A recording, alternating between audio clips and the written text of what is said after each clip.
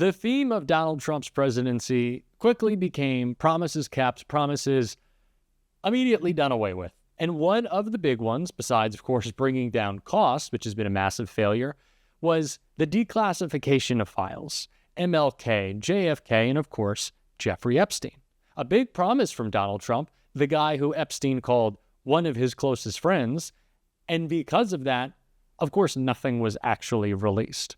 And not only is MAGA furious about it, but some of the big MAGA thought leaders, even though that's kind of ironic to say, are also pissed. Like Joe Rogan, who is calling out Donald Trump's lies about one of his favorite topics on his show, just kind of flipping on him. And we're going to get into that. But before we do, if I could quickly ask you to leave a like on this video. And if you haven't already and you enjoy our channel, to hit that subscribe button. It goes a long way, and it really does mean a lot to me. Now, before we get into Rogan's reaction, Chris Hayes did a great job breaking down all the context around this situation, what was actually released, and I want to take a look right here. Donald Trump, and take it with a grain of salt, has promised full transparency when it comes to most of the big conspiracy theories of the past 60 years, something he campaigned on in the lead up to the election. The issue led to an absolutely Hall of Fame interview clip. Would you declassify the 9/11 files? Yeah.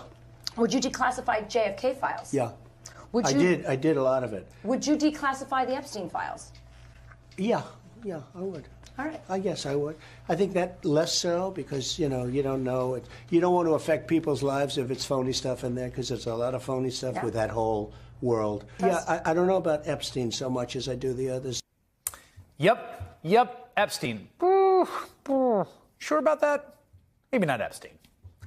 I wonder why Donald Trump wouldn't want the Epstein files to be made public. I mean, here he is in 1992 dancing and leering at women with his buddy Jeffrey Epstein at Mar-a-Lago. In 2002, Donald Trump said Jeffrey Epstein is, and I quote him here, a terrific guy. It is even said he likes beautiful women as much as I do, and many of them are on the younger side. I wonder why Donald Trump wouldn't want the Epstein files to be made public. Thing is, many members of Trump's base do. The Republican House Oversight Committee sent multiple letters to Attorney General Pam Bondi demanding the Epstein files be released.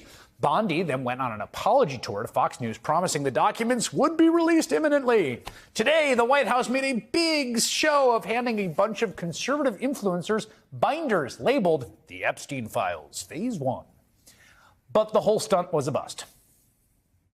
What's interesting is we're all waiting for bombshells, we're all waiting for juicy stuff, and that's not what's in this binder.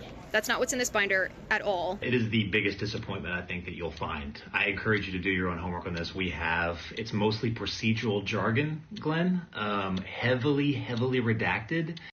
Congresswoman Anna Paulina Luna, the Florida Republican leading this charge, said of the binders, all caps, "This is not what we or the American people asked for, and a complete disappointment." I also think it's important to point out that Jeffrey Epstein is a disgusting, horrible criminal that they are making light of.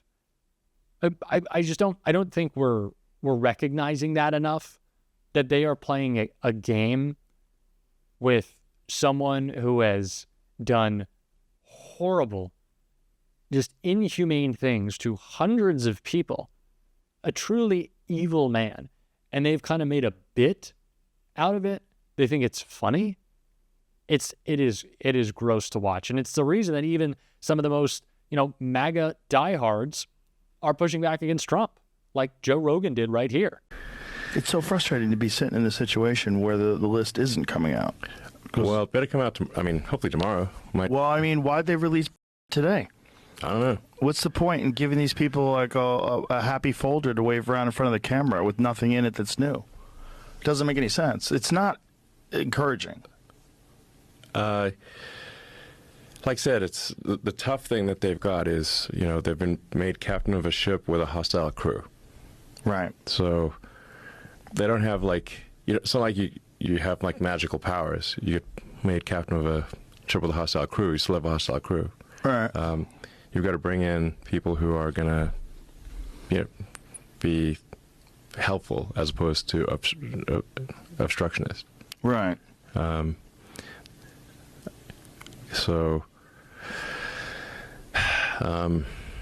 yeah, I think the public will be rightly frustrated if there is if no one is prosecuted for the Epstein client list, no one at all, which, no one, is, like at least, I don't know, the top 5 or something, like some number. There should at least be an attempted prosecution of the worst offenders. Well, particularly if Ghislaine Maxwell is in jail for sex trafficking. Yes. Because, trafficking that means sex to trafficking occurred. Right. So she's in jail for it. Yes. So who were the clients? Yeah. Yeah, how do you put someone in jail and you don't even name the clients? That sounds kind of insane. I think, yes, it would. Yes, because... Just stunning that they've been able to hold it back for so long. It's really kind of amazing. Yes. Like when people say that people can't keep secrets, what the f*** are you talking about? Look at this. When you've lost Joe Rogan, you've really lost. Macca. Someone who claims he's, just asking questions. How about the question of, maybe it's Trump's connection? Could that be it? Is it Trump's connection to Epstein that's the reason that we didn't get anything? Has he ever thought about asking that question? No. No. Because Trump doesn't like real journalists around him.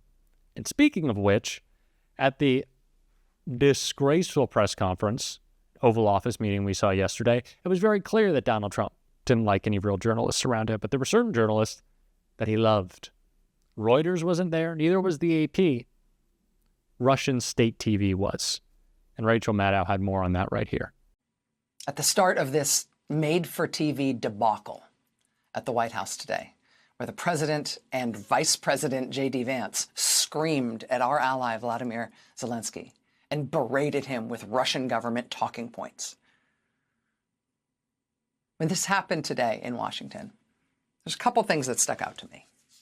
First of all, at the very start of this photo op, they had all the press in the room, Trump was asked right at the outset when he last spoke with Vladimir Putin. He said, quote, a couple of days ago, which was news because the U.S. government had said nothing about Donald Trump speaking with Vladimir Putin a couple of days ago. So that's new. He used to say, I'm not allowed to talk about that. Now he's admitting that he talks to Putin all the time, even when the U.S. government doesn't release any information about those calls like they do with all other foreign leaders. Second was the truly bizarre revelation that Russian state-controlled media, for some reason, was in the Oval Office today when this scene happened with Volodymyr Zelensky.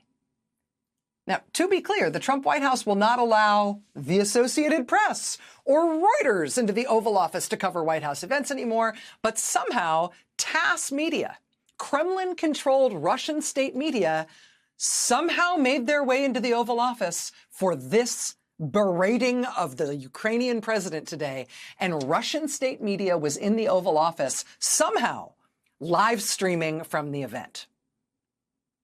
Afterwards, look at this bizarre statement from the White House attributed to an unnamed White House official. Quote, TASS was not on the approved list of media for today's pool. As soon as it came to the attention of press office staff that he was in the Oval, he was escorted out by the press secretary. He is not on the approved list for the press conference. It's not on the approved list. I have no idea how he got in there. To live stream for Kremlin-controlled state media the president and vice president of the United States screaming at Ukraine's president and berating him with Russian talking points. We don't know how the Kremlin guy got in here. It was weird. He just wandered in. I mean, people do. It's a free country. People do just wander into the Oval Office. A very radical thing is happening in our country. It is not only radical in the sense that it is a large directional change, right? Switching sides in a war, now standing against our allies of the last 80 years, now siding with Russia instead. I mean, no longer siding with the free world, now siding with the authoritarian governments of the world. Like, it's not just radical in that it is a 180-degree directional change. It is also radical in the sense that it is really radically unpopular with the American people. I mean, you can see that in the polling. Quinnipiac poll this month. Should the U.S. trust Vladimir Putin? Yes, 9%. No, 81%. Here's another one, the Economist YouGov poll. out this month. Do you have a favorable or unfavorable view of Vladimir Putin? The American public say favorable 11%, unfavorable 78%. The American people are not clamoring for us to ally ourselves with Vladimir Putin. Right? You can see it very clearly in the polling. And it begs the question, well, okay, who wants this? Who voted for this? Why are we doing this? If the American people don't want this, why are we doing it? Who says we should do this? Who's making us do this? And why? And for whose benefit? You can see the same dynamic in the bewildered and outraged questions that Americans are asking their Republican members of Congress at these town halls, which Republicans are now realizing they better not do any more of. They're asking their Republican senators and their Republican members of Congress, what the heck is going on? What is going on here? But let's be clear. I mean, what's going on here is pretty obvious at this point. Because this is all really good news for somebody. It's not the American people for whom it's good. It's not our allies for whom it's good. And this is nothing that anyone campaigned on, and it is nothing that anyone has any political mandate for at all. And so why are we doing it? And what are we going to do about it? That's what we have to decide. Of course, just a reminder, viewers, Russia seized Ukrainian territory in 2014 with Crimea. They've been going into the Donbass region and seizing land in eastern Ukraine long before they attacked 3 years ago when they did the full frontal assault. You just suggested Russia was provoked. Trump is publicly attacking Zelensky as a dictator. He blamed him for starting the war in the first place, called for new elections in Ukraine, took NATO membership for Ukraine off the table. He said it's unlikely Ukraine will be able to get back its territory seized by Russia. Russian state TV suggests that President Trump is getting all of this straight from his conversations with President Putin. Take a listen. Trump отвечает на вопросы по поводу пресс-конференции. When Trump is answering questions about the press conference, I think it is not a coincidence that many of the narratives that are being voiced largely materialized after their conversation. Но фразы, которые он дает, The phrases he is saying are so deep and so correct. They are in total alignment with the way we see things.